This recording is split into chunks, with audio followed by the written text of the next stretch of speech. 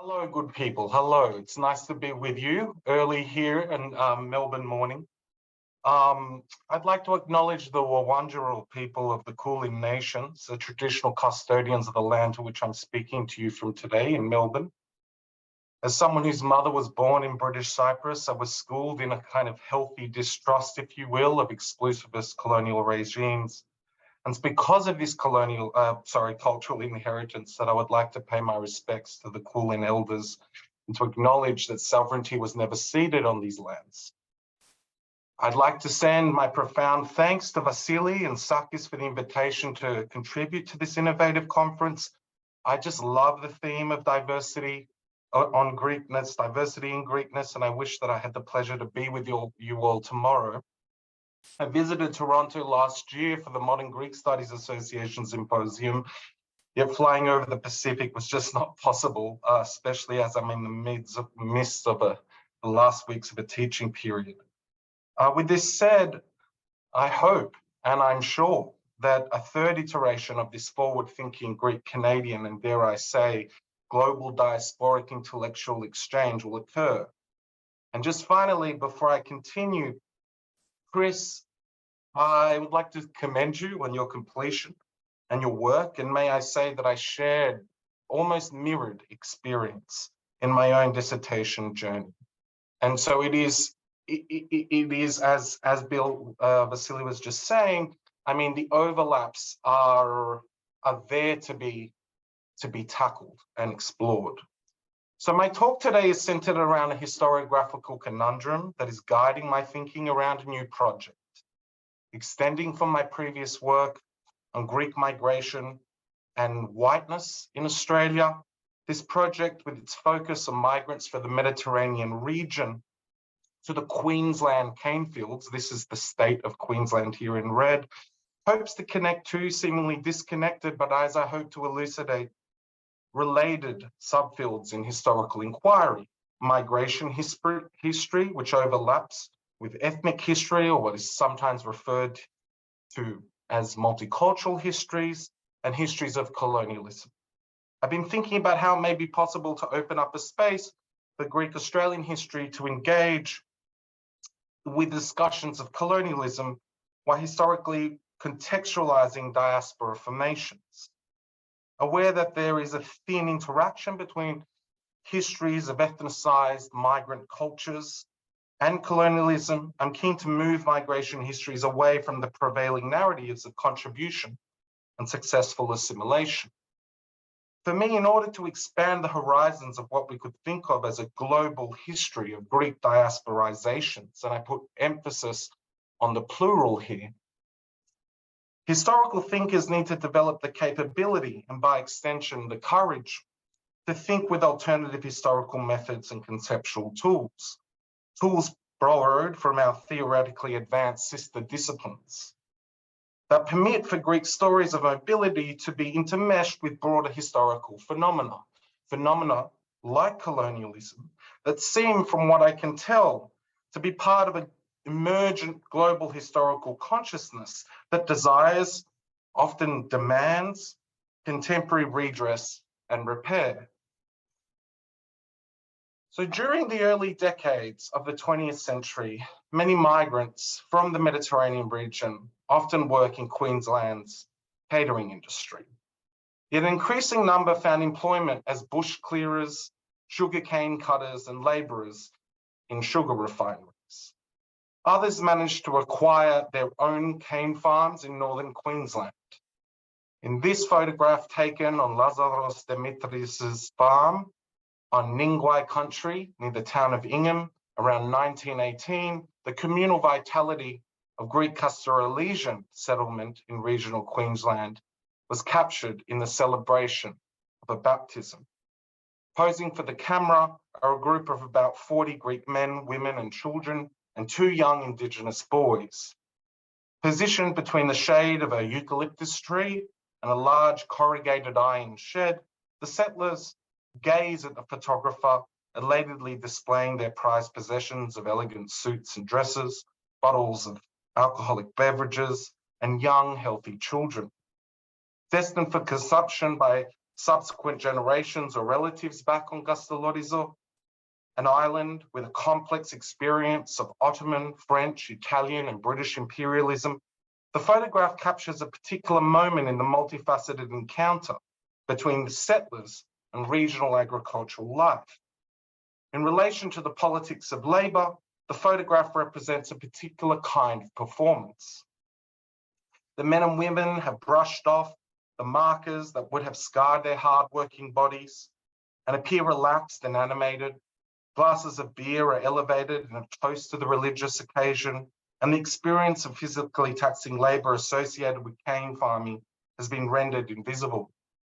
The arduousness of their settlement on sugar district that often supported so-called fringe communities of South Pacific Islanders and Indigenous peoples was seemingly put to the side for the sake of a photographic inscription that showcases well-being and asserts permanency. The religious occasion appears to represent respectable settlement while simultaneously declaring its defiance to it. The holding of young children who sit on the knees of their male elders symbolizes that traditional patriarchal kinship networks remain central to the upholding of Greek cultural traditions on a cane farm. In contrast, the inclusion of Indigenous boys stands as a potent reminder of the intrusive colonial practices of European settlement in Queensland. Yet, their inclusion also suggests that a form of cohabitation and familial connection was shared between the agriculturalists and the Indigenous youths. No record has survived in the archive to indicate the extensiveness of this interrelationship. I first came across this image in the self-published book Greeks in Queensland, A History, from 1859-1945, by Dennis Konomos. Konomos was the son of a Greek migrant from Kythera and was born and grew up in the southern Queensland regional hub of Toowoomba. His book is full of dense descriptive details, lacks a reliable referencing system, and offers no discussion about First Nations peoples, despite having 5 photos in which Indigenous peoples are clearly visible. As I ponder over the image, I'm spurred to ask, who were these children? What were their names? Where were their parents? What was the relationship between them and the youths of Greek backgrounds standing next to them? How did they interpret and partake in a Christian Orthodox celebration? As equals or as disciplined farm hands? In neglecting to consider these important questions, ethnic histories often silence transcultural encounters and connections. Somewhat haunted by what is unknown in this photo, I'm of the view that sites of labour, like Queensland sugar districts, offer ripe and richly textured socioeconomic case studies in which Greek migration can be enhanced by the global turn in historical inquiry. Drawing on Tracy Benavanarana's notion of Indigenous shadow networks, I've started to map a counter-cartography to European colonial intrusion in which precarious, as we just heard, or what is comprehensively explored by Yorgos Anagnostou as white ethnics, a term that is curiously never adopted here in Australia, like Greeks or Italians or Maltese or Syrian peoples, both facilitated and fractured Indigenous mobilities and networks during a peak period of British imperialism. Using photographs as entry points into site-specific moments of migrant performance, I'm interested in tracing forms of exchange. I see such forms of exchange as the type of shadow assimilation, a form of assimilation that challenged, reworked, and sometimes rejected the imposing, assimilative racialist norms of an Anglo-settler Australian culture.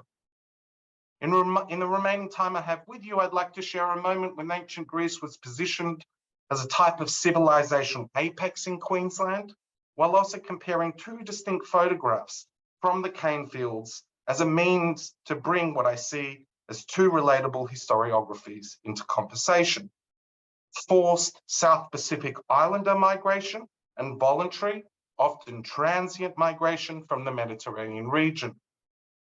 My aim is to show how Greek civilizational exceptionalism has acted as a form of historical erasure that ignores the rich civilizational heritages of Indigenous peoples, while also suggesting that examining photographs taken on and around the sugar industry offers us an exciting entry point in which we can ebb towards a global story of Greek diasporizations.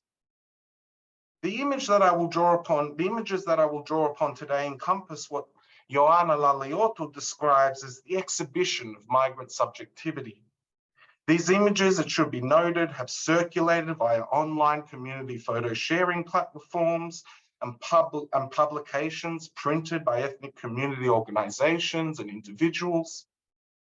Motivating my approach to interpreting this dispersed visual archive, an archive, as Bill suggested, that could be seen as a global archive, should we be able to pull respective resources together, is the idea that such images decimate from studios and family albums and from archival collections and physical as well as virtual museum displays that offer highly circumscribed view as photography's long and complex relationship to modern Greek migration.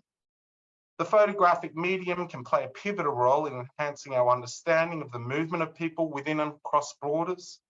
Cameras, after all, documented, enabled, or controlled human movement across geographical, cultural, and political divides. Their operators literally captured movements in time in which the dynamics of migrancy, be it voluntary or forced, can be preserved visually. In doing so, they help make observable the motivations for and effects of mobile actors, ranging from hardship and suffering to opportunity and optimism. Indeed, photos showcase a tendency to manifest, publicize, exhibit, and perform multiple loyalties and apprehensions. A diasporic tendency, if you will, that must be grappled with when we're thinking about how Greeks creatively maintain group consciousness and memories or connections of home, or simultaneously developing a co-responsibility with fellow dispersed members to create a kind of viable life elsewhere. Underlying my approach to this visual archive is a conceptual concern to better historicize the cultural specificities of settler colonialism. Influenced by what has been labeled as Asian settler colonialism, I'm interested in moving discussions away from what I see as interpretive blockages to Greek Australian migration scholarship that have interpreted settler colonial logics as a purely Anglo-British phenomenon, ignoring how other cultural groups uniquely form their own disavowal of Indigenous sovereignty and speedily learn how to rework their own culture within its exclusionary confines. Be it through architectural design, memorialization, or naming, like the town of Roma or the Diamantina River, each named after Diamantina Bowen, whose before marriage name was Roma and was born in Corfu to an aristocratic family and married Queensland's first governor. I think it's now possible, due to new developments in historical inquiry, like new imperial history and developments in global history, as well as the fields of diaspora studies and critical diversity studies, to re-examine the roots, R-O-U-T-S, that Greek migrants use, and the sense of rootedness, R-O-O-T, that many Greek people fostered in the so-called Anglosphere. Such a re-examination of how Greeks began to feel a sense of belonging on the country they moved to, toiled over, built their homes on, and nurtured their families in, has the potential to enhance wider debates about cultural inheritance and the politics of living with difference. In recognizing colonial modes of power and the importance of anti-colonial struggles over land, while also positing the existence of other spheres of experiential life and belonging where one can be removed from those relations of power, I'm interested in exploring alternative forms of rootedness when thinking about what we could think of as a history of Greece's many diasporas. to echo Donna Gabaccia's eloquent study of Italian diasporas. With this methodological and conceptual framing in mind, let us consider this peace celebration photograph that was printed in a supplement of the Queensland Victorial in 1919. Posing for the camera are Greek migrants in the rural town of Childers. The man in the center of the image is Paul Komnenos, who was born on the Ionian island of Kythera, an island as Sakis and Thomas Gallant have comprehensively explored, that was for a large portion of the 19th century part of a British imperial Mediterranean that include other such islands such as Malta and Cyprus, as well as Palestine and Egypt. In other words, the fathers and grandfathers of Komnenos would have lived within a British imperial domain that was connected by the roots of Britain's imperial oceanic laneways to southern Queensland. Gazing firmly at the camera, the men conspicuously flaunt their presence on the landscape. At first glance, the photograph exemplifies a specific type of performance. The men are partaking in a provincial peace celebration. The men are sporting togas, and the woman above acts as a personified representation of Athena, god of wisdom, civilization, law, justice. She stands on top of a makeshift chariot, holding a large Greek flag and a tableau with descriptions of ancient descriptions of the ancient Olympic Games.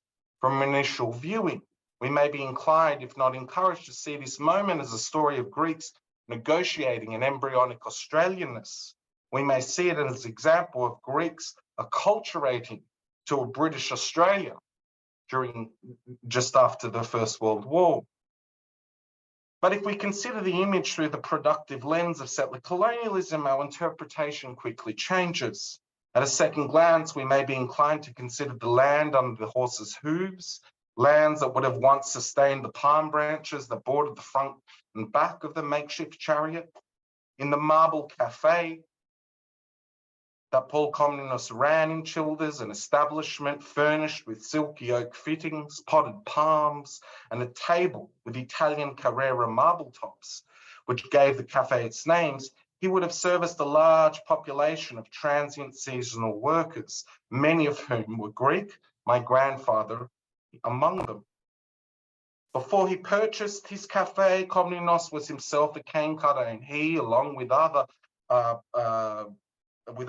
cane gangs, would have cleared and worked the land behind them. Land inhabited by the Dundabara peoples, who are part of the Gaba tribes of the region.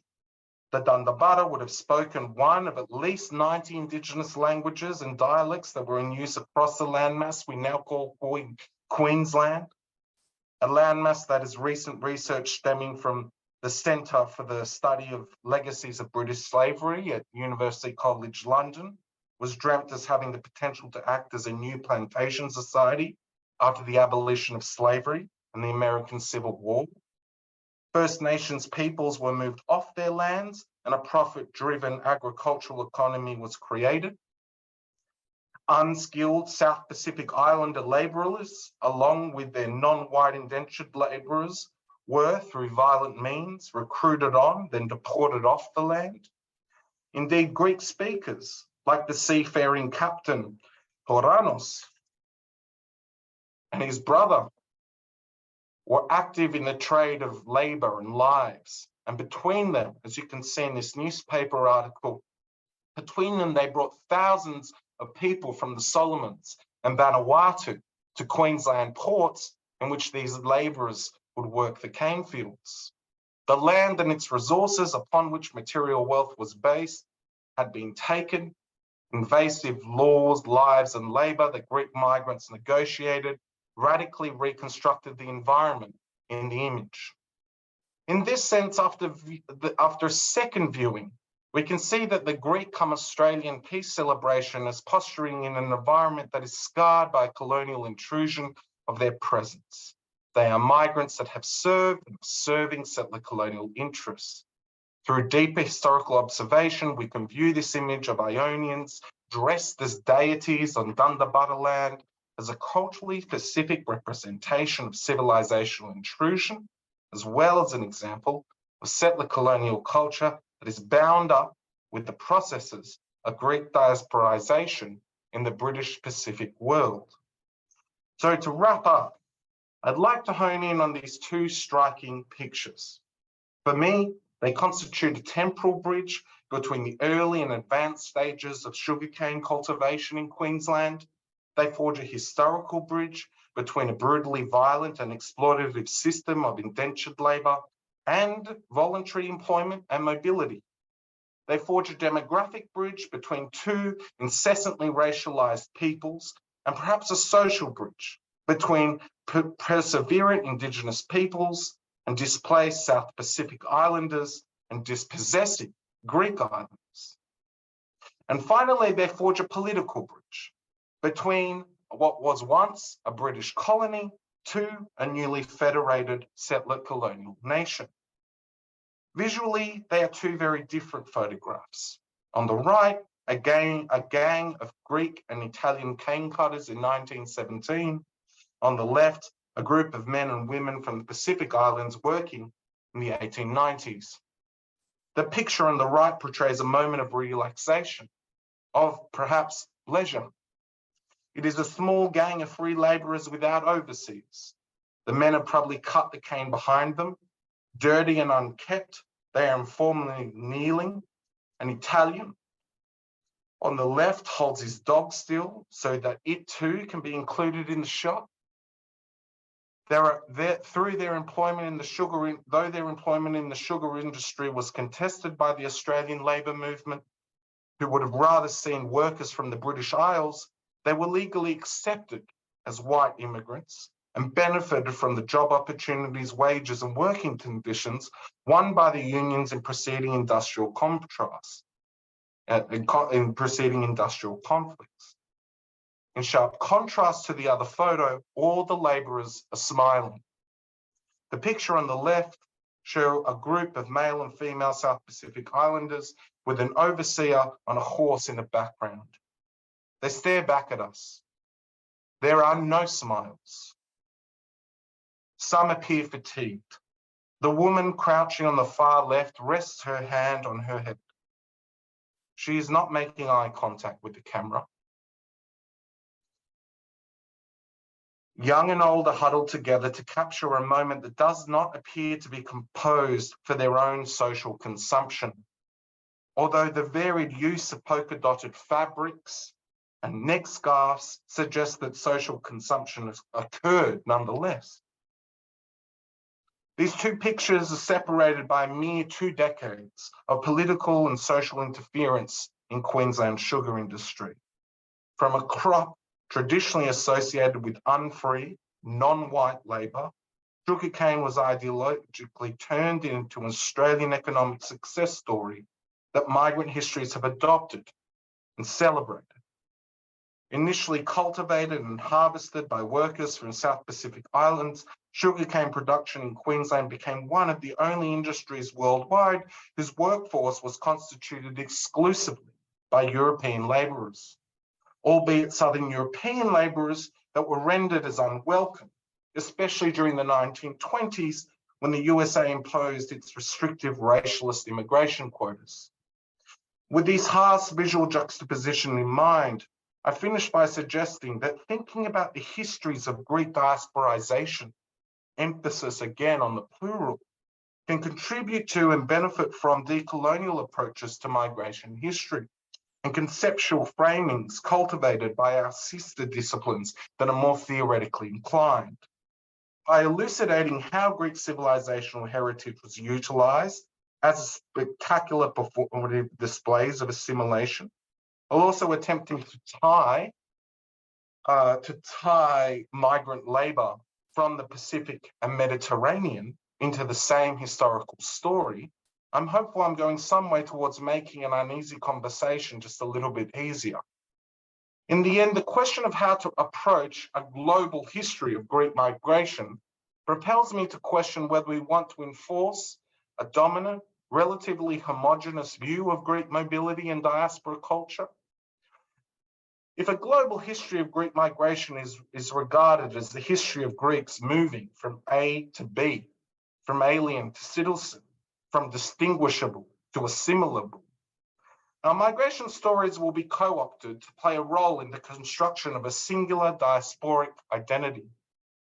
But if we regard the global history of Greek diasporizations as part of complex and varied histories of many different groups who have come and settled in someone else's land under the umbrella of colonialism, then the issue we engage with, the stories we tell, will bear the imprint of racialist as well as interethnic and transcultural relations.